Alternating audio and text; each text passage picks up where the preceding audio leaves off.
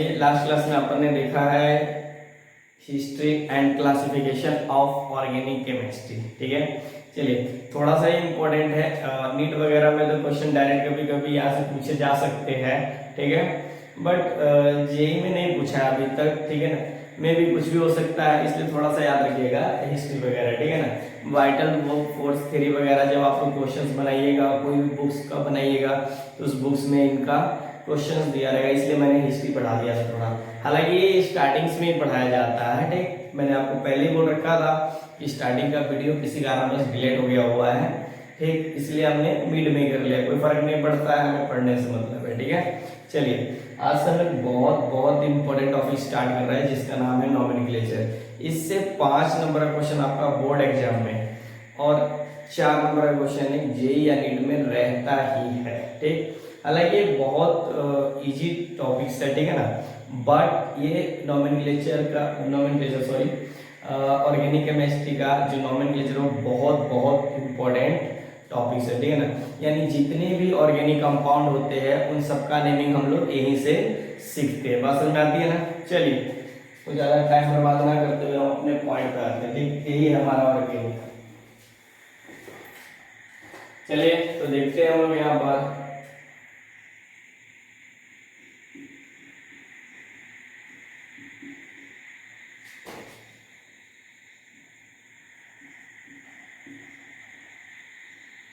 यहाँ आपके पास नॉमेनक्लेचर, ठीक। देखिए नॉमेनक्लेचर का सिंपल सा मतलब हो गया naming of all organic compounds, ठीक है। ज्यादा छोटा तो नहीं हो रहा है, चलिए कोई बात नहीं, ये सब छोटा हो तो लिखना भी मत। चलिए यानी naming of all organic compound, यहाँ पर हम लोग जितने भी तरह के ऑर्गेनिक कंपाउंड होंगे उसका हम लोग नेमिंग सीखेंगे, ठीक है ना। बात समझ में आती है ना, वेरी गुड। बात सुनिए यहाँ पर, देखिए हम लोग जानते हैं कि पूरे पीरियोडिक टेबल में कितने एलिमेंट हैं, 118। इसमें से मैंने बोला था कार्बन को हटा दो तो कितना बच गया, 117। तो कार्बन इकलौता ऐसा है जो कि 11 मिलियन प्लस कंपाउंड का फॉर्मेशन करता है, और ये सब मिलकर 50 से 1 लाख कंपाउंड का फॉर्मेशन करता है। बात समझ में आती है ना।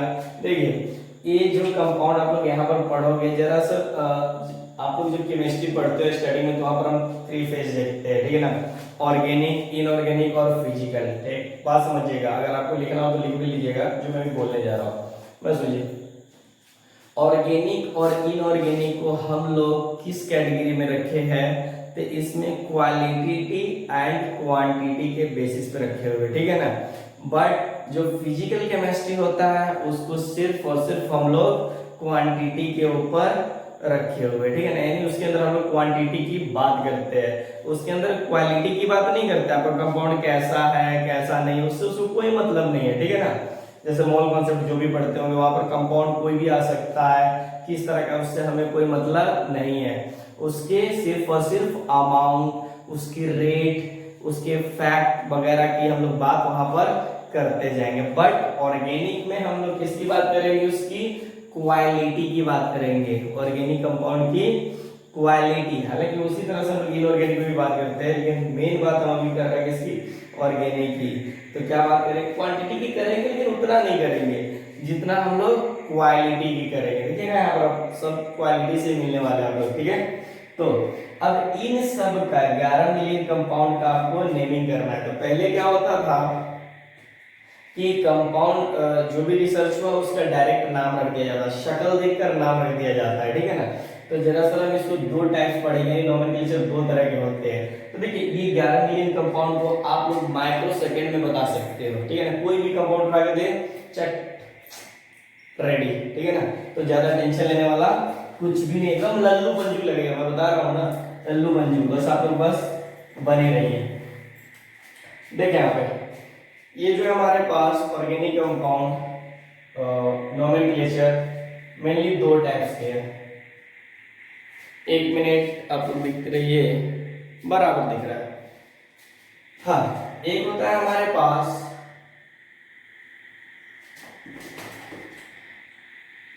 कॉमन नेम,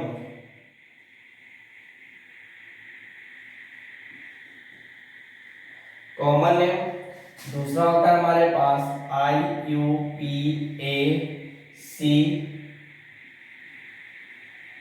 नेम, ठीक।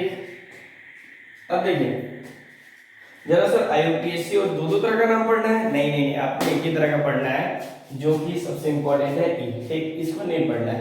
जरा सर कॉमन नेम होता है जैसे कि अब देखिए IUPAC उसी समय नहीं आया था, IUPAC बहुत लेट आया था, ठीक, ये पहले था।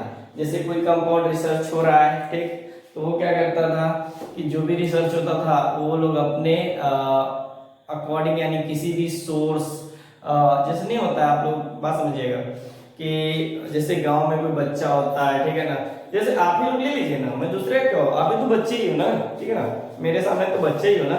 चलिए ये आप लोग जैसे आप ही लोग बच्चे हो, आप लोग गांव से बिलोंग करते हो या शहर से बिलोंग करते हो, उससे क्या मतलब हमें, तो आपके दो दो नाम होंगे, ठीक। आप एक नाम छुपाओ, इससे हमें कोई मतलब नहीं है, ठीक है ना, बट आपका नाम है। जैसे आपका नाम हो सकता है गांव वाला, जो कि आपका दुकानदार, अगल बगल का जो दुकानदार होता है, ट्रैक्टर वाला या आस पड़ोस वाले, ठीक है ना, मामा चाचा जो भी नाम लेते होंगे, गोलू मोलू, रे गोलू ऐसे बोलता है कि नहीं बोलता है, बोलता है ना, तो गोलू मोलू सोनू चुन्नू मुन्नू या दुर्गा काली XYZ जो भी नाम होता है, ऐसे क्या है, कॉमन नेम है, ठीक है। मतलब बच्चे का जो हैबिट्स वगैरह या शक्ल देखा और उसी के बेसिस उसका नाम कर दिया, लेकिन वो परमानेंट नाम नहीं होता, वो गांव, मैं बोला ना कि दुकानदार, ट्रैक्टर वाला, यही सब जानता है, बात समझ में आ रही है ना, ठीक है।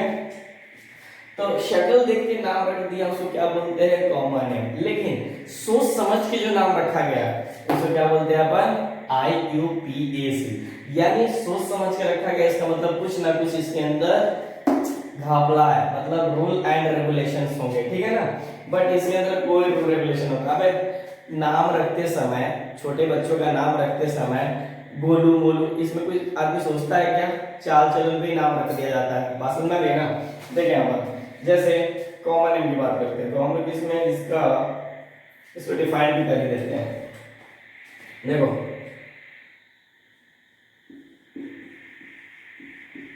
Name of organic compound are given on the basis of source of origin। एक और होता है, जैसे बस समझे कॉमन नेम की बात करते हैं, किसी किसी के घर में ये 2 3 4 5 या राजा महाराजा, हम लोग अपने परिवार हिस्ट्री की बात करते हैं, उस समय राजा महाराजा जो हुआ करते थे, उनके हम लोगों ने सुना है, ऐसे हिस्ट्री वगैरह में पढ़ा है कि एक राजा के 100 पुत्र हुआ करते थे, तो पता नहीं वो लोग कैसे नाम याद रखते हैं, 1 2 3 4 5 नो। जैसे कि आप लोग देखते हो आस पड़ोस में दिखेगा ना, किसी का नाम होगा चुन्नू, तो उसी के बेसिस उसका नाम मुन्नू, उसी के नाम पर उसका पुन्नू, उसी के नाम पर बुन्नू, मतलब एक सौ मतलब उसी के अकॉर्डिंग नाम रख दिया जाता है, ठीक है ना, बात समझ रही ना, नहीं समझे। अरे जैसे मान लो कि किसी का नाम आप लोग ले लीजिए, कुछ भी ले लीजिए, जो कि मतलब कंटिन्यू, क्या बताओगे, जैसे कि होता है ना नाम, आप कुछ भी आप समझ रहे हो ना, ठीक है ना। अरे जैसे सुमन, सुमीत, ठीक है ना, सिमरन, ये अकॉर्डिंग इसी के बेसिस पे लोग फैमिली, जैसे होता है ना कि 4 भाई है, 2 भाई है, तो दोनों भाई का नाम एक जैसे ही रख दे, ठीक है ना। तो यहाँ पर क्या हुआ, जैसे कंपाउंड का जब नेमिंग कर रहे थे तो हम लोग दो तरह से, एक तो सोर्स के मतलब कंपाउंड का किसके बेसिस पे रख दीजिए, सोर्स के बेसिस पे रख दीजिए, ठीक है ना, यानी सोर्स ऑफ ऑरिजिन के बेसिस पे, या फैमिलियर रख दीजिए। फैमिलियर मतलब नहीं समझे, यहाँ से देखिए मैं नाम नहीं ले रहा हूँ, पता है क्यों, मैं बोल नहीं पा रहा हूँ इसलिए, क्योंकि मे भी हो सकता है आप पढ़ रहे हो, ठीक है ना, और आपका ही नाम हो, ठीक है ना, इसलिए मैं नाम नहीं ले रहा हूँ, नहीं तो सामने होते लाइव में तो पता चलता। एक चलिए हो जाएगा origin or the compound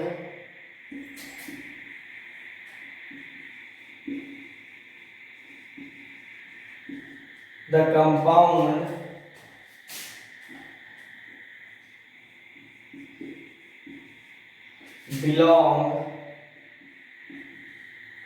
to the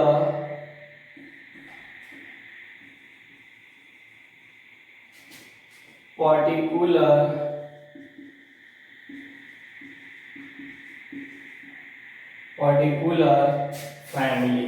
ऐसा समझ में आया? चलिए कोई दिक्कत नहीं, मैं भी बताता हूँ दोनों में मतलब क्या है, दोनों में आंसर क्या है। तो देखो सबसे पहले हम लोग एग्जाम्पल लेते हैं।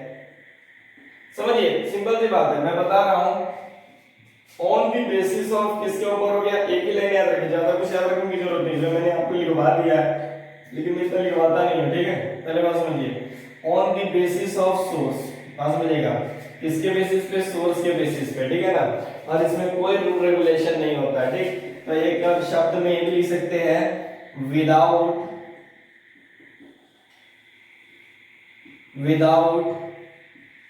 रूल्स, ठीक है ना।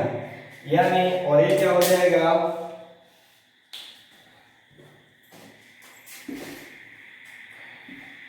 यह है आपके पास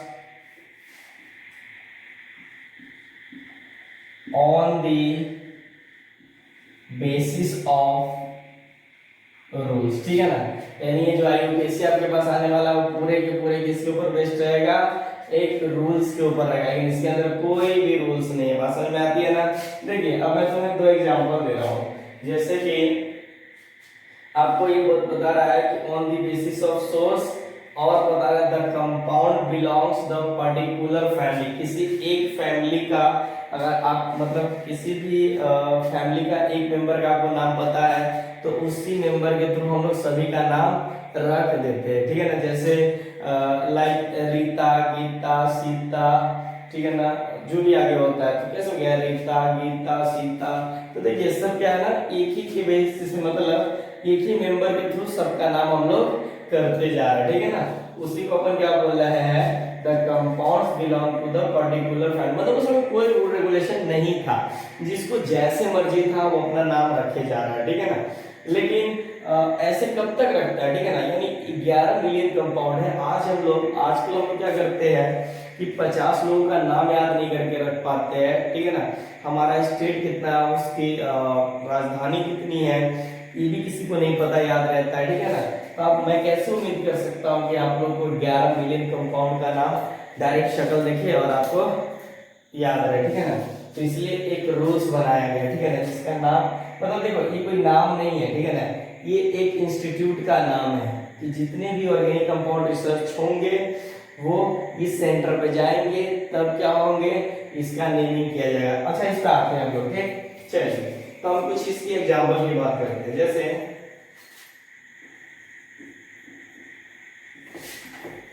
देखो हम क्या कर रहे हैं, सोर्स के बेसिस पे पहले नंबर पे एक एग्जांपल लेते हैं, सोर्स, ठीक है ना। तो होता है लैक्टिक एसिड,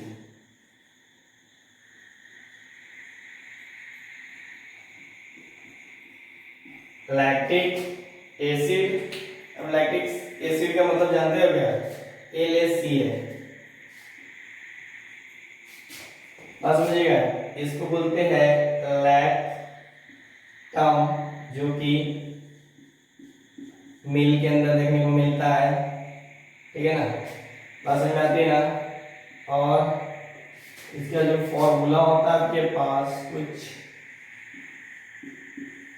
याद नहीं करना है, अभी रटना नहीं है, बिल्कुल समझना है, ठीक। तो ये क्या हो गया, देखो लैक्टिक एसिड हो गया आपके पास, कॉमन नेम हो गया, क्या हो गया आपके पास, कॉमन नेम हो गया। लैक्टम क्या हो गया आपके पास, एक सोर्स हो गया, क्या हो गया आपके पास है, यानी ये हो गया हमारे पास कॉमन नेम, ठीक। ये क्या हो गया हमारे पास, सोर्स, ठीक। और ये क्या हो गया आपके पास, कंपाउंड, ठीक है ना। समझ में आती है ना सभी को, ठीक। चलिए तो एक सोर्स के बेसिस पे इसका नाम रखा गया, ठीक। अब एक और बात आती है, मैं क्या करता हूं ना, इसको भी लिखना नहीं, ठीक। देखो लैक्टम एसिड आ गया, इसके बाद हम लोग आते हैं इसके, इसको हम मिटा देता हूँ, तुम लिख लीजिएगा ठीक। लेकिन अभी हम लोग इसको सेपरेट पढ़ेंगे।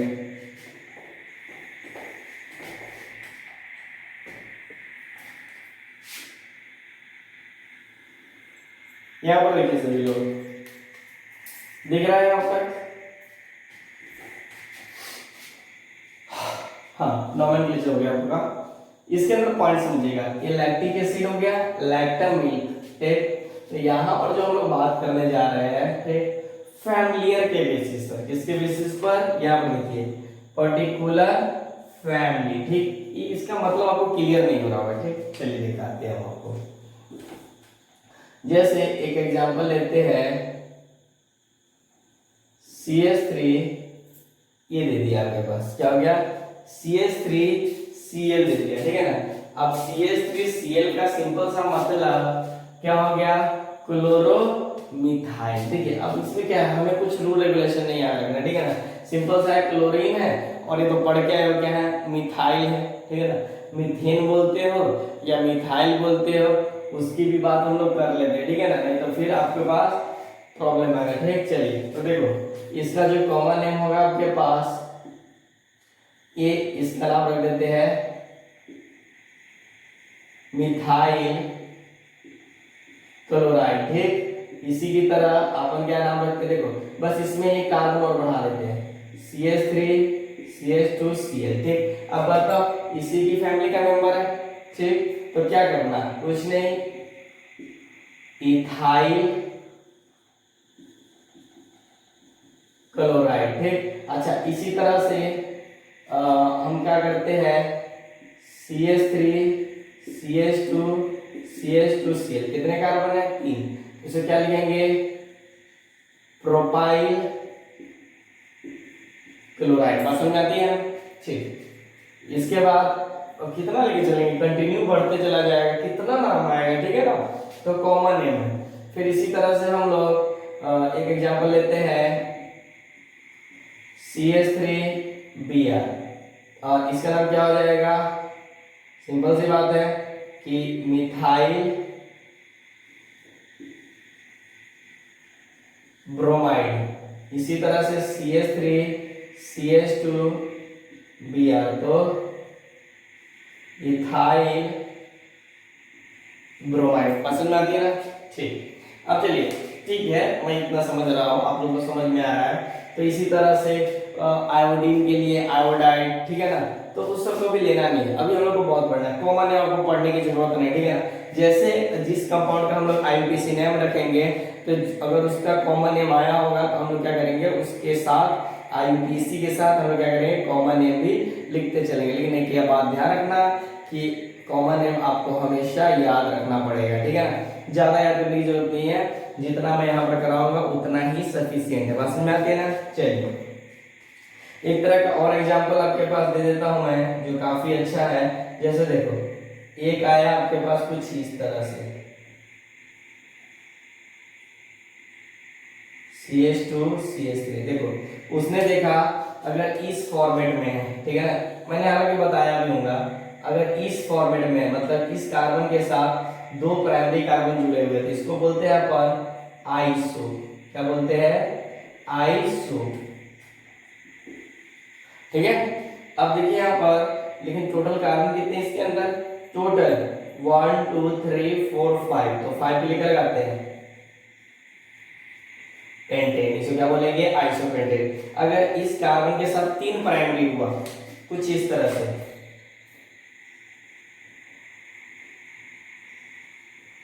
CH3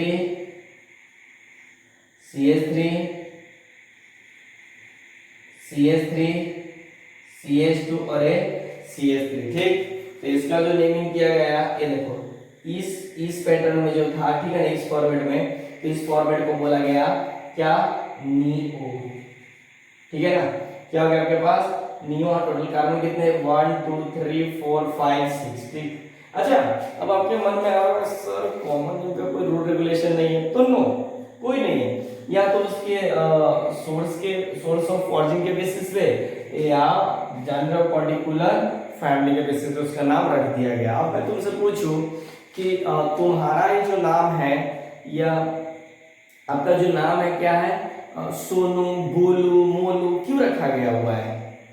उसका कोई रूल मतलब रूल रेगुलेशन है क्या? नहीं। लेकिन आप जब सर्टिफिकेट वगैरह पे आते हो तो नाम रखते हो, ठीक है ना, बहुत अच्छा चंदन, ठीक है ना, और फॉरेन वाले का तो ले लीजिए, उस सबका तो नाम ही अलग रहता है, ठीक है ना, और पता नहीं लगता है नाम है कि XYZ है, ठीक। तो बात समझिएगा, क्या है आपके पास चंदन, उसके बाद श्रीवास्तव, कुछ भी XYZ होता है, ठीक है ना, ये आप लोग के ऊपर डिपेंड करता है। तो अच्छा नाम सोच के रखते हो, ठीक है ना, कि फ्यूचर में हम लोग का बदनाम नाम, ठीक। नहीं तो अरे बोलो इधर अब समझिए यहाँ पर नियो, तो क्या हो गया आपके पास 1 2 3 4 5 6, 1 2 3 4 5 6, नियो 6 कार्बन के लिए क्या लगाते हैं XJ, बस समझ आती है ना। इसी तरह से बहुत सारे कंपाउंड होते हैं, ठीक है ना, लेकिन उसको हम लोग IUPAC में इंक्लूड करते हुए चलेंगे, ठीक। अब आते हैं हम लोग मेन पॉइंट किसके ऊपर, IUPAC के ऊपर, ठीक है ना। थोड़ा फास्ट लिखिए नहीं तो फिर बैंड बजेगा, वो कहीं छूट तो नहीं रहा है, नहीं बराबर है। चलिए आप लोग स्क्रीनशॉट ले लेना।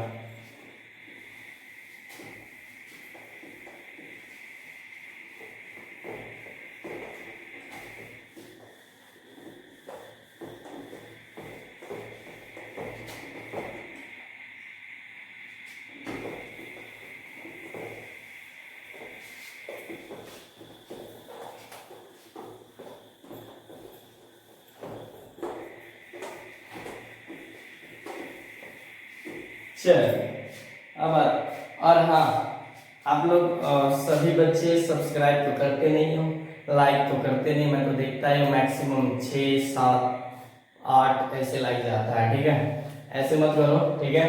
हाँ कुछ बच्चे नहीं लाइक करते हैं, क्यों नहीं लाइक करते हैं? ओह चलिए, तो नहीं लाइक, सब्सक्राइब और शेयर, ये तीनों तो करना बनता है, ठीक। अगर लगे तो कमेंट भी करो, ठीक है, और ना लगे तो कुछ भी मत करो, इससे कोई फर्क ज्यादा नहीं पड़ता है, ठीक है। चलिए अब आते हैं लोग एक एग्जांपल और दे दो, क्या कॉमन है उनका on the basis of source का हम लोग एक ही एग्जांपल दिए थे, ठीक है ना। तो एक सोर्स का एग्जांपल और दे देता हूं मैं, ठीक है, ध्यान से देखना। जैसे एक होता है, बहुत इंपॉर्टेंट एग्जांपल होता है मैलिक एसिड, मैं आप लोग इसका यूज करूंगा, मैलिक एसिड का बार बार यूज करूंगा, ठीक है, इसलिए मैं लिखवा देता हूँ, मुझे याद आ गया। तो मैट लेंगे,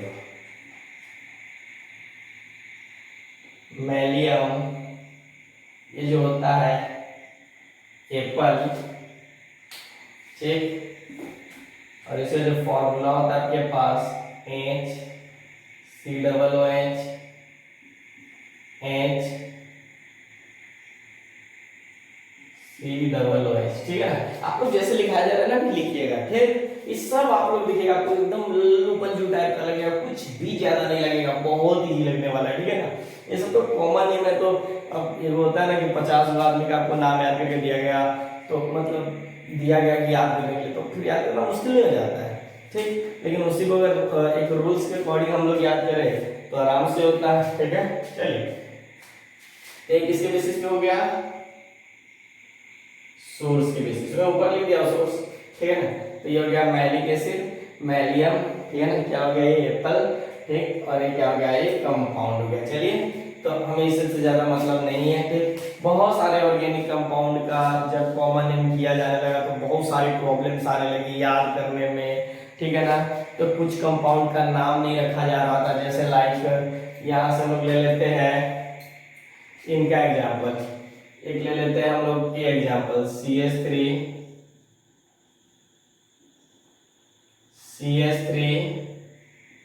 फिर CH3 CH2 और CH3, कुछ इस तरह का कंपाउंड था। जैसे देखो यहाँ पर ध्यान देना कि इस पैटर्न को तो हम लोगों ने क्या बोल दिया है, आइसो बोल दिया, इस यानी इस फॉर्मेट को, और इस फॉर्मेट को अपन ने क्या बोल दिया, नियो। जब हमने आइसो और नियो का नियो को एक साथ रख दिया और इसको नेमिंग करना रहा तो काफी ज्यादा प्रॉब्लम क्रिएट हुआ, क्योंकि देखो ना इसके अंदर बहुत सारे ब्रांचेस है। देखो ये अलग है, ये अलग। ब्रांचेस मतलब समझते हो ना, जो पेड़ की टहनियां होती है उसको अपन क्या बोलते हैं, शाखा, और शाखा को इंग्लिश में क्या बोलते हैं, ब्रांच। तो मान लो मेरे पेड़ है, ठीक, पेड़ है तो इनकी ये सब शाखा है, बहुत सारी शाखा, एक दो शाखा थी तो हम लोगों ने क्या कर दिया, इसको बोल दिया क्या, आइसो। तीन आ गया तो इसको क्या बोल दिया, नियो। बात समझ में आती है ना। तो अगर बहुत सारे एक साथ आ जाए तो प्रॉब्लम क्रिएट होगा, यानी आइसो और नियो एक साथ आ गया, ठीक। तो काफी ज्यादा क्रिटिकल प्रॉब्लम हुई कंपाउंड का इसका नाम रखने में, ठीक है ना। तो लास्ट में अब इसका नाम आइसो रखे या इसका नाम नियो रखे, ठीक है ना। इसमें बड़ी कंफ्यूजन हुई, एक्सेस कंफ्यूजन हुई, ठीक है ना। तो इस पे स्टार लगा दीजिएगा, ठीक है ना। ये एक इम्पोर्टेंट भी हो, इम्पोर्टेंट कंपाउंड भी है, ठीक है ना, और ये काफी ज्यादा प्रॉब्लम किया था, ठीक है ना, इसलिए ये एक इम्पोर्टेंट कंपाउंड है। बात समझ आ रही है ना। ये एक्सेप्शन एक अलग कैटेगरी में डाला गया था, ठीक। लेकिन जैसे आया यूपीएससी आया, इनका भी नेमिंग कर दिया गया, ठीक। तो देखो कॉमन नेम अभी हम लोग पढ़ रहे हैं ना, ठीक है। तो देखो इसको हम लोग इस पैटर्न जो आगे था उसी पैटर्न को उठा लिया, यानी इसी फॉर्मेट को उठा लिया। तो ये किसमें है, आइसो या नियो। तो अभी अभी मैंने बताया था कि इसके तीन, यानी इस कार्बन के साथ अगर तीन प्राइमरी जुड़ा हुआ है तो उसको हम लोग नियो बोलेंगे। लेकिन अगर इस कार्बन के साथ अगर दो ही प्राइमरी जुड़ा हुआ है तो इसको क्या बोलेंगे अपन, आइसो। तो कैसा हो गया, आइसो। और टोटल कार्बन कितने थे, 1 2 3 4 5 6 7 8, इसको क्या बोलेंगे, ऑक्टेन, ठीक। कभी कभी आपके पास एग्जांपल कुछ इस तरह से भी दे देंगे, जैसे CH3 CH2 CH2 OH, ठीक। इसको बोलेंगे N 1 2 3 के लिए प्रोपेन, और इसका जो सफिक्स लगाते हैं वो एल लगाते हैं, ठीक। ये भी तरह क्या है, कॉमन नेम ही है। बात समझ में आती है ना। एन का मतलब आपके पास हो गया,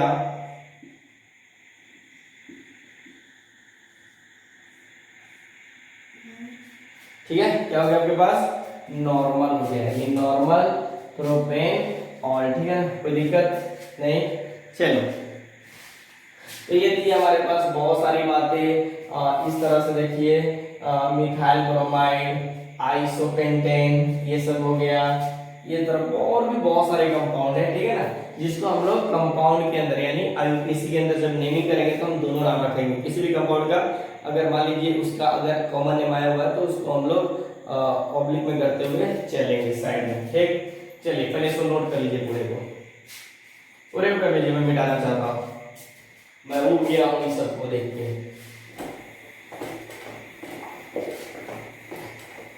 कोई उगना नहीं है, ऑर्गेनिक केमिस्ट्री से बिल्कुल नहीं उगना है, हालांकि केमिस्ट्री से ही नहीं उगना है, क्योंकि केमिस्ट्री तो सबसे ज्यादा स्टोरी, हालांकि केमिस्ट्री से उगोगे,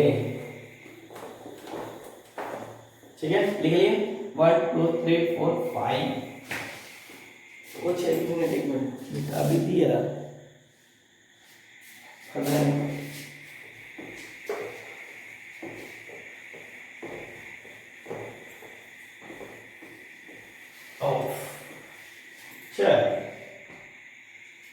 अब आते हैं हम लोग अपने सबसे इंपॉर्टेंट पार्ट पे।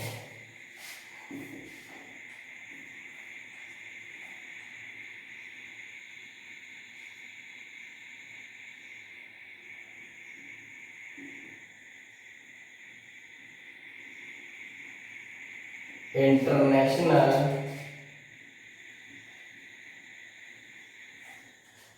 Union of pure and applied chemistry, क्या है, international union of pure and applied chemistry. इसी को क्या शॉर्टकट में बोलते हैं अपन, IUPAC, ठीक है।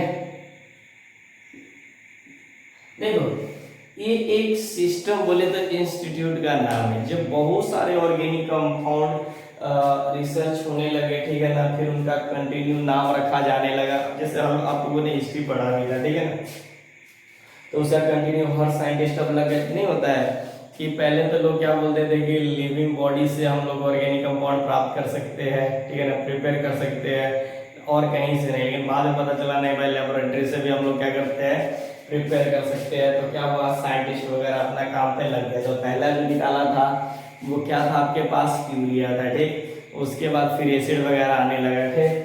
चलिए, तो फिर जैसे आने लगा तो उसका नेमिंग भी होने लगा। तो इस तरह से करते करते कंपाउंड 11 मिलियन प्लस ये आपका मैं जो डेटा बता रहा हूँ 2012 का बता रहा हूँ, ठीक है ना, क्योंकि 2012 में मैं खुद जेई क्वालिफाइड किया था, ठीक है ना, आईटी जेई। तो उस समय मैं जब बुक पढ़ता था उस समय देखा था, ठीक।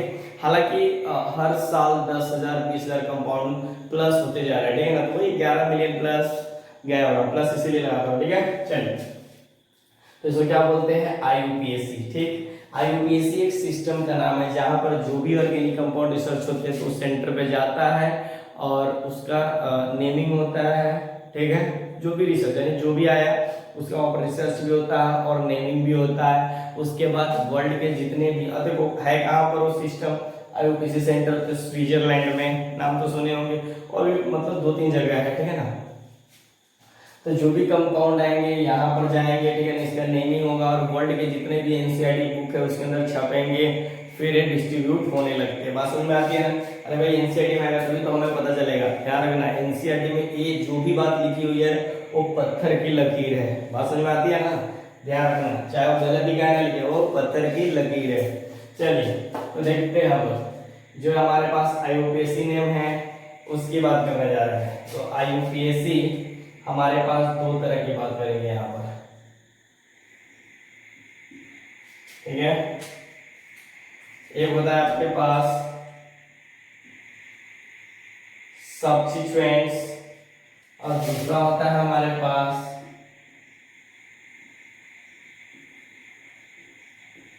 बेस नेम, ठीक है ना। क्या आ जाएगा आपके पास, बेस नेम, यह सबसे अच्छा ना।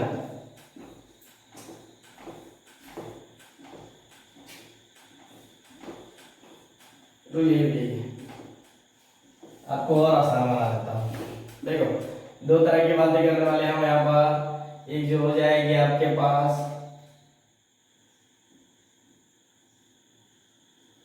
अल्क ग्रुप और दूसरा हम लोग बात करेंगे सफिक्स में। इसकी बात करेंगे हम लोग सफिक्स के अंदर बात करने लगेंगे। बात समझ आती है ना, नहीं तो यहाँ पर चलिए, ठीक है। यानी बेस नेम हम लोग क्या करने वाले हैं, पेरेंट चेन की बात करने वाले हैं। चलिए, तो इसके अंदर हम लोग बात करते हैं 2 चीज की अल्क ग्रुप में।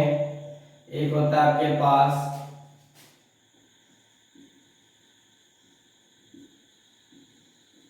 सब्स्टिट्यूएंट, ठीक, अब समझेगा भी, लिखना नहीं है, सब्स्टिट्यूएंट। और ये जो होता है आपके पास पेरेंट चेन होता है, इसको अपन क्या बोलते हैं, पीसी। पेरेंट चेन क्या बोलेंगे, पीसी। देखो अल्क ग्रुप का मतलब मैंने समझाया था, अल्क का मतलब नंबर ऑफ कार्बन एटम, जैसे 1 रहे तो मीथ, 2 रहे तो ईथ, 3 रहे तो प्रोप, ब्यूट, उसके बाद पेंट, हेक्स, हेप, ऑक्नो, डेक, अंडेक, डुडेक, ट्राइडेक, इसी तरह से बढ़ता चला जाएगा, ठीक। अब समझिए यहाँ पर ये जो अल्क ग्रुप है अब ये 2 तरह का काम करेगा, एक सब्स्टिट्यूएंट, ठीक है ना। अब सब्स्टिट्यूएंट क्या होता है, ये अब तो मुद्दा बनता ही है, ठीक है ना। और पेरेंट चेन क्या होता है, ठीक है ना। चलिए, तो ये तो हम समझे अल्क ग्रुप 2 तरह के होते हैं, सब्स्टिट्यूएंट और पेरेंट चेन, ठीक। अब देखो सफिक्स क्या होता है, सफिक्स जो होता है जो हम अल्क ग्रुप के लास्ट में लगाते हैं, ठीक, जैसे एनी या ईएनी और वाई। बात समझ में आती है ना, क्या है एनी, ईएनी और वाई एन, ठीक। मतलब ये आपका फिक्स रहेगा, ठीक, ये हमेशा क्या करेगा, चेंज होता रहेगा। बात समझ में आती है ना, यानी ये हमेशा आपका फिक्स रहेगा। देखो ईथ रहेगा तो ईथ के साथ ए नहीं मिला सकता, ये नहीं मिला सकता और वाई, यानी ईथ तो कांस्टेंट है, चेंज क्या हो रहा है आपके पास, ए हो रहा है। बात समझ में आ रही है ना, गुड। तो यहाँ पर देखिए नेक्स्ट बात, ये तो भाई हमारी पहली बात, ठीक है ना। अब हम लोग बात करते हैं सेकंड की, ठीक। तो आइए अब सबसे पहले बात करते हैं कि इन दोनों में क्या मतलब है। पेरेंट चेन तो लिख दिए, अब पेरेंट चेन, पेरेंट का तो नाम सुना हुआ है, चेन कहाँ से आ गया। तो देखिए हालांकि आप लोग की कोई नई चीज नहीं है, अगर 10th पढ़े तो वहां पर भी पढ़े अपन ने कि पेरेंट चेन जो लॉन्गेस्ट चेन होता है। तो चलिए देख लेते हैं।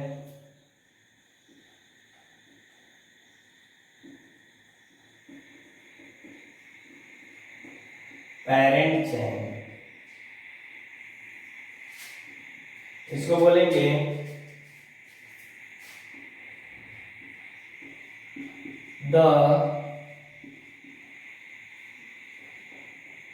the longest continuous chain of carbon atom. इसी बोले तो कार्बन एटम, ठीक है ना। इसको क्या बोलते हैं, parent chain, the longest continuous chain of carbon atom, यानी कार्बन एटम का जो सबसे लंबा चेन होगा उसे वो क्या बोलेंगे, पेरेंट चेन। लाइक जैसे आपके पास एक एग्जांपल दिया हुआ है,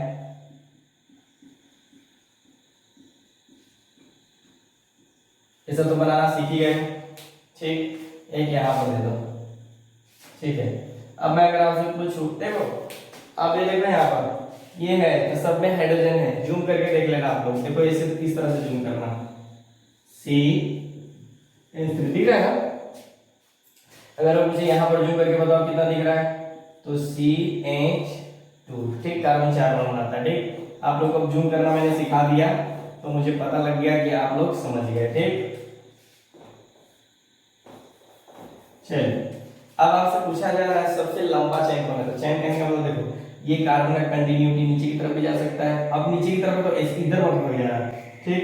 ये 1 2 3 4 5 है, ठीक। अब अगला इसमें जा सकते हैं 1 2 3 4 5 6 7, इसमें आया 5, इसमें आया 7।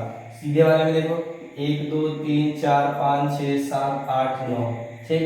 कहने का मतलब इसमें 9 आ रहा है, इसमें 7 आ रहा है, और इसमें कितना आ रहा है, 5 आ रहा है। तो सबसे लंबा कार्बन मतलब सबसे लंबा चेन कौन सा है जिसके अंदर कार्बन एटम है सबसे लंबा।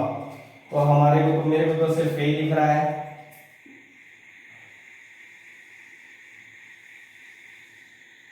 This is called parent chain, ठीक। और जो पेरेंट चेन में शामिल नहीं हो पाया, ठीक है ना, इसी को बोलते हैं अपन सब्स्टिट्यूएंट, ठीक है ना। हालांकि प्रीफिक्स भी बोलते हैं, क्या बोल रहे हैं अपन, सब्स्टिट्यूएंट या प्रीफिक्स भी बोल सकते हैं, ठीक है ना, प्रीफिक्स, ठीक। चलिए यहाँ पर आते हैं हम लोग, थोड़ा सा सब्स्टिट्यूएंट को भी लिख ही लेते हैं।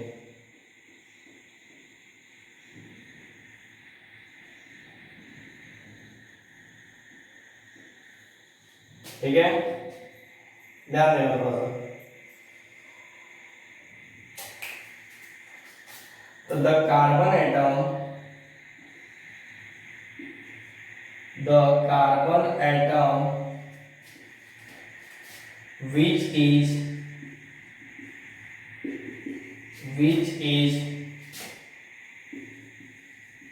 not included in parent chain in parent chain is known as,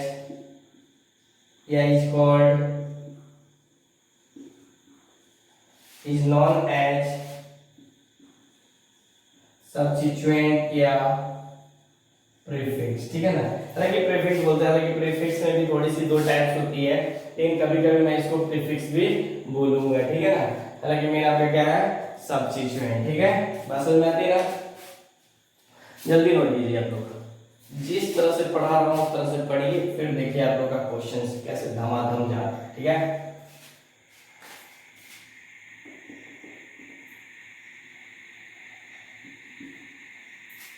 fast दिख रहा है सभी को।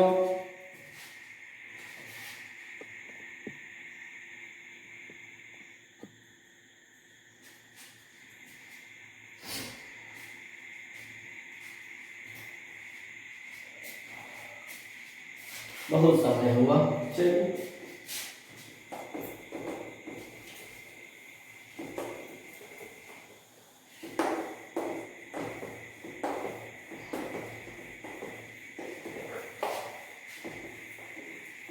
तो यहाँ तक अपन ने समझे कि नोमेनक्लेचर बोलते हैं अपन naming of all organic compound.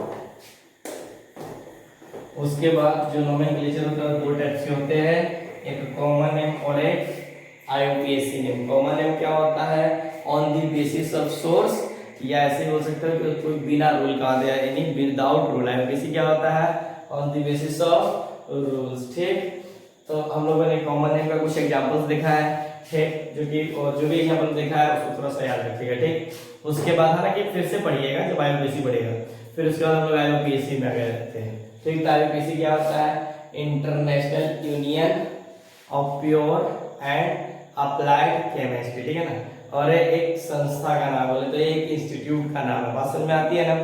जो आईयूपीएसी उसको मैंने दो पार्ट में हल्का करने के लिए डिस्ट्रीब्यूट कर दिया है, एक अल्क ग्रुप और एक सफिक्स। ठीक, तो जो अल्क ग्रुप होता है उसके अंदर सब्स्टिट्यूएंट भी आएंगे और पेरेंट्स भी आएंगे। ठीक है ना, यानी अल्क ग्रुप का मतलब नंबर ऑफ कार्बन एटम। ठीक है ना, तो जो पेरेंट चेन होंगे वो क्या हो जाएंगे आपके पास, जो सबसे लंबा चेन होगा किसका, कार्बन एटम का, उसको क्या बोलेंगे अपन, पीसी यानी पेरेंट चेन। और जो पेरेंट चेन में इंक्लूड नहीं होगा जो कार्बन, ठीक है ना, तो उसको अपन साइड चेन भी बोलते हैं, लेकिन मेन जो उसका नाम है क्या बोलेंगे, सब्स्टिट्यूएंट। ठीक, कहीं कहीं उसको प्रीफिक्स भी लिखा रहता है, इसलिए मैंने वहां पर प्रीफिक्स लिख दिया। ठीक, चलिए ये हमारी होगी सबसे छोटी बात। ठीक, आज जो हम लोग फिर स्टार्ट करने जा रहे हैं मेन पार्ट, हालांकि आप लोग को लग रहा होगा कि पढ़े भी होंगे, लेकिन नहीं, हम लोग क्या उसका रूल्स की बात करेंगे। लेकिन किसके रूल्स की बात करेंगे, तो यहाँ पर देखते हैं अल्केन।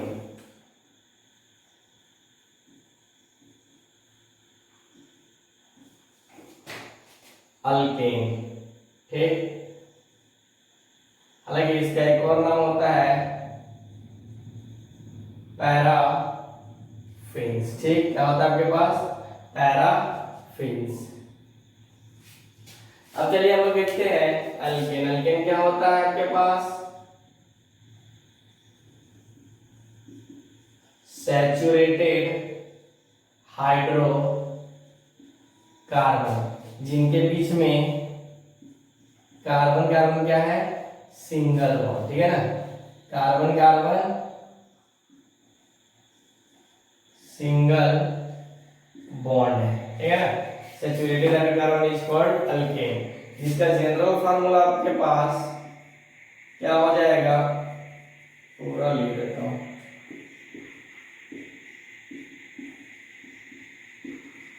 जनरल फार्मूला जो होता है आपके पास ये होता है CnH2n+2। ठीक, मैंने बता ही रखा था कि यहाँ पर जो आपके पास n है वो 0 1 2 3 4 कुछ भी हो सकता है एक्सेप्ट 0। ठीक है ना, बस में लेना 1 पुट करोगे तो 1 1 into 1 2 into 1 4 यानी 2 ऐड कर दीजिए तो ये 4 यानी CH4 मीथेन हो जाएगा। इसी तरह से 2 3 करते चले जाओगे, ये बता रखा है। इसके लिए जो अपन ने सफिक्स यूज किया था, ठीक, सफिक्स बोले तो जो लास्ट में लगाते हैं यानी ANT। ठीक, इसके बाद जो अपन ने बेस नेम यूज किया था, देखो अब बेस नेम को मैं शॉर्टकट लिखा करूंगा कभी कभी, बेस नेम। ठीक, वो क्या था आपके पास, अल्क यानी number of carbon atom plus N. ठीक, ये क्या हो जाएगा आपके पास, अल्केन्स। ठीक है ना, कैसा हो जाएगा आपके पास, अल्केन। बात समझ में आती है ना। देखिए अब हम लोग क्या करते हैं ना, तो रूल्स पढ़ेंगे। ठीक है, बहुत सारी रूल्स है, एक बार अगर आप समझिए, अगर अल्केन का रूल समझ गए, ठीक, तो अल्कीन और अल्काइन अपन यहाँ पर खत्म हो जाएगा। बात समझ रही है ना, फिर उसमें ज्यादा मेहनत करने की जरूरत नहीं, एक जगह मेहनत कीजिए, बाकी जगह इसका फायदा आइए। बात समझ आती है ना। चलिए तब जो हम आते हैं यहाँ पर, देखिए मेन इसमें नंबरिंग है। अब आपको मैं बता दूं, आपको हंसी भी आएगा, 1 से लेकर 50 तक गिनती यानी काउंटिंग, और A से लेकर Z तक ABCD। आप लोग क्या करना, याद करके रखना, ठीक है ना। बस इतना याद है तो मैं गारंटी देता हूँ पूरा सिखाने की, ठीक है ना। जितना भी ये चलने वाला है ना नेमिंग इसका, पूरा मैं सिखाना, मेरी जिम्मेदारी। बस आप लोग इसमें मिस मत करना, बार बार मत कहना सर ये कहाँ होगा, बी कहाँ होगा, ये पहले होगा कि बी पहले होगा। इस समय अभी लग रहा होगा कि ये क्या बात कर रहा है, ये किसको नहीं पता होगा, ठीक है ना। लेकिन तुम ही लोग कंफ्यूज होगा, मैं तो होने वाला नहीं, ठीक है ना। क्योंकि अगर मैं आपको दिया तो जरूर इसमें कुछ ना कुछ लोचा है, ठीक। चलिए फिर देखते हैं क्या ऐसी बात है जो कि हमारी ये नौबत आ गई कि 1 से 50 तक गिनती और ए से जेड तक एबीसीडी की जरूरत पड़ गई, ठीक। चलिए तो देखिए, हालांकि 11 मिलियन कंपाउंड को हमें नेमिंग करना है तो उसके लिए रूल्स होना चाहिए, ठीक। देखिए बहुत लोग बहुत तरह से रूल्स बताते हैं, लेकिन बिल्कुल कहीं पे नहीं जाना है, किसी बुक्स को भी नहीं। जैसे ही खत्म हो जाएगा आपका रूल्स, ठीक है ना, उसके बाद दुनिया का कोई बुक बनाइए, ठीक है ना। मैं ये नहीं कहता ये बुक बनाओ वो बुक बनाओ, दुनिया का कोई भी बुक बनाइए, चाहे जेई का क्वेश्चन बैंक बनाइए, आपके पास देखने को मिल जाएगा कि किस तरह से है और किस तरह से नहीं है। चलिए तो हम लोग आते हैं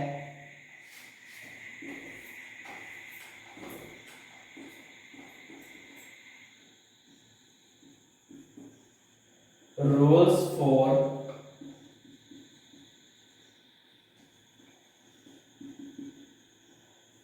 नंबरिंग, नेमिंग करने के लिए, ठीक है ना। ठीक है, तुम बोलोगे रूल्स फॉर नंबरिंग क्या है, ठीक है ना। हालांकि कुछ देर तो इसको नेमिंग लिखा जाता है, रूल्स फॉर नेमिंग, ठीक। उसके बाद फिर रूल्स फॉर नंबरिंग, ठीक है ना। हालांकि उस सब पे ज्यादा होना नहीं, ठीक है ना। जो मैं बता रहा हूँ उसके अकॉर्डिंग चलिए, ठीक, क्योंकि कहानी वहीं पर आके टकराने वाली है, ठीक। रूल नंबर 1, पहला जो है आपके पास, सेलेक्ट द longest continuous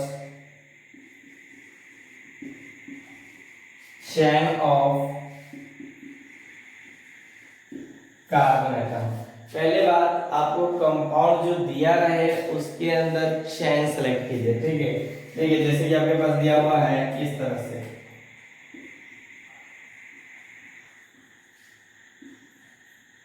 ठीक है, ये दिया जा सकता है। तो इसका लॉन्गेस्ट चेन कौन सा है, सिंपल सी बात है, ये है, ठीक। दूसरा एग्जांपल दे सकता है आपके पास, बॉन्ड लाइन स्ट्रक्चर पढ़ा के आया हूं, ठीक है। अब देखो मैंने ये बताया था कि जितने भी टर्मिनल पॉइंट है, देखो यहाँ पर ये सब क्या है, टर्मिनल पॉइंट, ये सब क्या है आपके पास, कार्बन है, इसको बोलते हैं बॉन्ड लाइन स्ट्रक्चर, ठीक। अब किस चैन के अंदर सबसे ज्यादा कार्बन है, देखो 1 2 3 4 5 6, ये भी एक तरह का चैन है, ये देखो 1 2 3 4 5 6 7 8, ये भी एक चैन है, या 1 2 3 4 5 6 7, ये भी एक चैन है। सबसे ज्यादा कार्बन किसके अंदर है, देखिए यहाँ पर,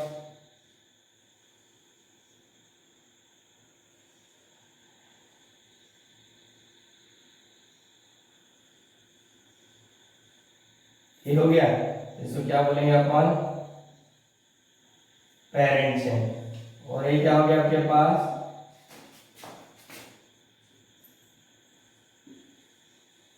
सब्स्टिट्यूएंट। जो बच गया वो सब्स्टिट्यूएंट हो, जैसे ये भी क्या हो गया आपके पास, सब्स्टिट्यूएंट, ठीक है ना। इसका मतलब नहीं है हमें क्या सेलेक्ट करना है, पेरेंट चेन, मैंने कर लिया, ठीक। चलिए रूल नंबर 2 पे,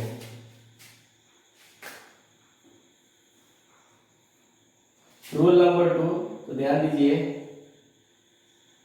रूल नंबर 2 हमारे पास ये बोलता है, इफ ओनली वन, इधर दिखेगा क्या, one substituent is present in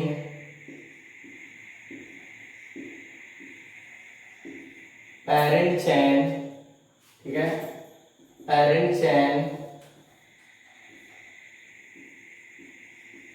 then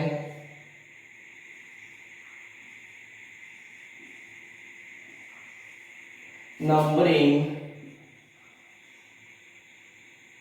starts from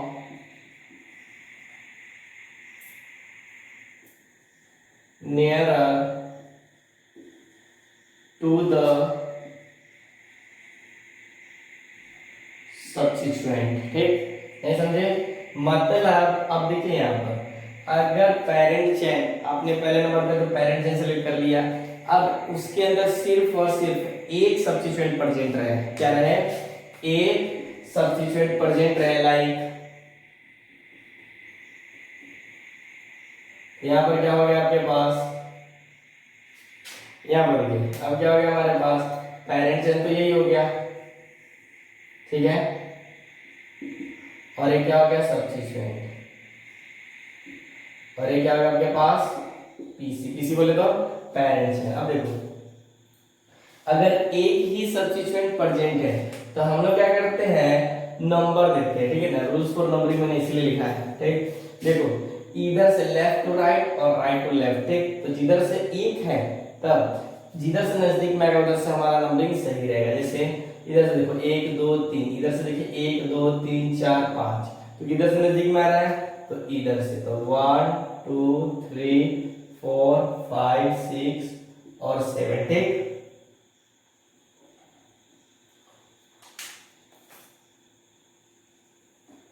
अब समझिए यहाँ पर, तो इसका हमें नेमिंग करना है, ठीक। तो देखो कितने नंबर पे सब्स्टिट्यूएंट और कितने कार्बन है, एक है। सब्स्टिट्यूएंट में हमेशा हम लोग YL लगाते हैं, ठीक है ना, ध्यान रखिएगा। तो देखिए यहाँ पर कितने नंबर पे है, तो सब्स्टिट्यूएंट हम सबसे पहले भी लिखते हैं, तो 3 मिथाइल, एक कार्बन है सब्स्टिट्यूएंट में, तो मीथ, और इसका सफिक्स क्या लगाते हैं YL, ठीक।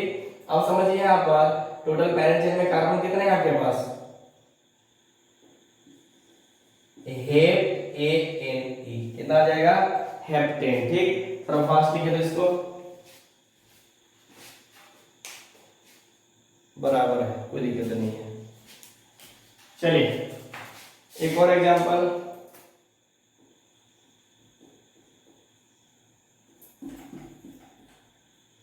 One two three four five. अब ज्यादा हो जाएगा तो दिक्कत तो करेगा नहीं।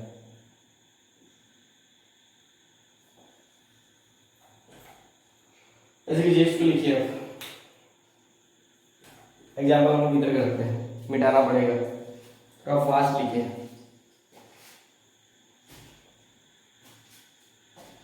चलिए स्क्रीनशॉट ले लीजिए जिन्होंने नहीं लिखा।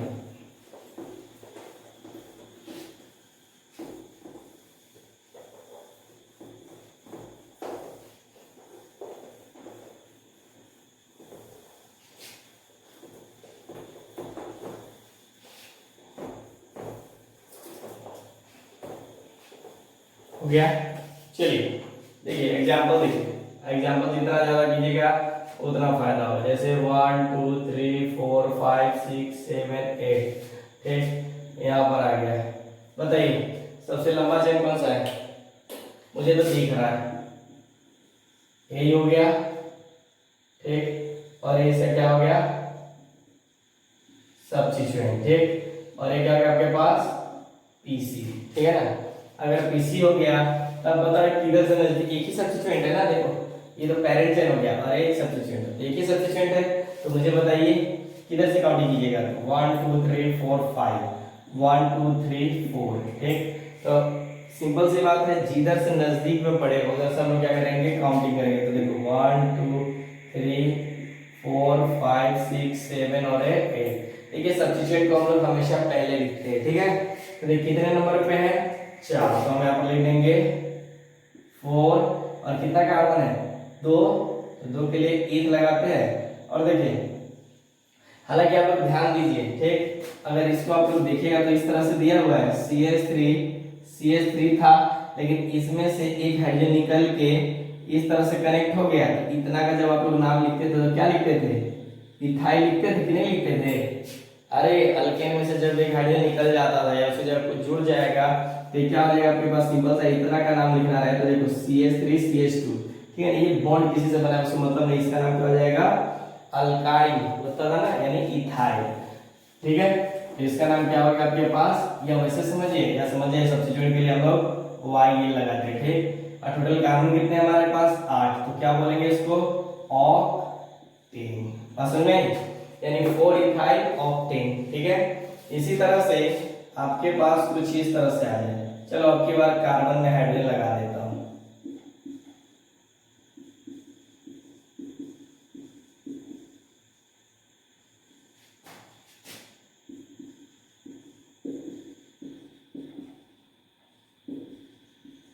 देखिए इस तरह से दिया होगा, आपके पास पेरेंट जेल कौन सा है, अरे इस अभी ये मैंने हाइड्रोजन लगा दिया है।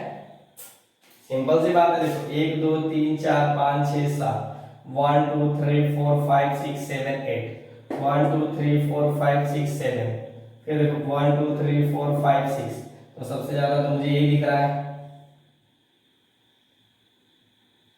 ठीक है, तो आपके बाद पेरेंट जेल कौन हो गया, ए वाला। ठीक, और ये क्या हो गया आपके पास, सब्स्टिट्यूएंट। ठीक, अब बताइए मुझे किधर से नजदीक में आ रहा है, इधर से या इधर से। इधर से 1 2 3 4 5 पे आ रहा है। ठीक, इधर से 1 2 3 4 पे आ रहा है, तो इधर से हमारा गलत हो जाएगा, सॉरी, इधर से सही हो जाएगा। तो 1 2 3 4 5 6 7 और 8 हो जाएगा। ठीक, तो ध्यान दीजिए 4 इथाइल और टोटल कार्बन कितने हैं, 8 ऑक्टेन। ठीक है ना, ऐसा हो गया ऑक्टेन। ठीक, इसको भी नोट कीजिए। चलिए, तो आज हम लोग रूल 2 तक ही रहने देते हैं। ठीक, थोड़ा ज्यादा ही टाइम हो रहा है। ठीक है, थोड़ा सा आराम से पढ़िए, लेकिन थोड़ा समझ के पढ़िए।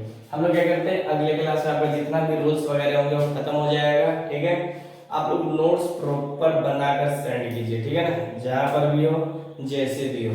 और सबसे बड़ी बात, कोई दिक्कत होता है तो आप आराम से बेहिचक पूछिए। ठीक है ना, किसी तरह का कोई कंफ्यूजन मत रखिए। ठीक है ना, 100% क्लियर रखो, क्योंकि ये ऑर्गेनिक केमिस्ट्री है, पूरा विदाउट फॉर्मूला और विदाउट कैलकुलेशन में चलना है, इसलिए कॉन्सेप्ट आपका पूरा क्लियर होते चलना चाहिए। ठीक है ना, अगर कॉन्सेप्ट क्लियर होगा तभी आप लोग अच्छे से आगे बढ़िएगा। ठीक है ना, कुछ दिन के बाद, मतलब आफ्टर 3 to 4 लेक्चर के बाद आप लोग अच्छे अच्छे लेवल का बुक बनाने लगेगा, सिर्फ और सिर्फ 3 to 4 लेक्चर जाने में। ठीक है ना, देखिए मैं लेक्चर 1 घंटे का नहीं 1.5 घंटे का बनाऊंगा, वो आपके ऊपर डिपेंड करता है। ठीक है, जब तक आप लोग पढ़िएगा नहीं प्रॉपर, तब तक मैं वीडियो उतना लंबा क्यों बनाऊंगा।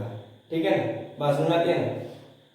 चलिए, कोई दिक्कत नहीं है। हालांकि अगर आप लोग को एग्जाम्पल में देखना होगा तो आप लोग चैनल पे देखिए, वाला अदर जितने भी फिजिकल केमिस्ट्री या ऑर्गेनिक का जाता होगा, वो मिनिमम 1 घंटा 5 मिनट का होगा, यानी मैक्सिमम 1.5 घंटा और 2 घंटे का भी लेक्चर जाता है। ठीक है ना, बट वो जब समय आएगा तो आप लोग के साथ भी किया जाएगा। जैसे चैप्टर खत्म होगा, ठीक, तो ये खत्म होगा तो इनका रिवीजन सिर्फ और सिर्फ 2 घंटे में कंप्लीट हो जाएगा। ठीक है, चलिए ओके, बाय बाय, फिर मिलते हैं। Thank you.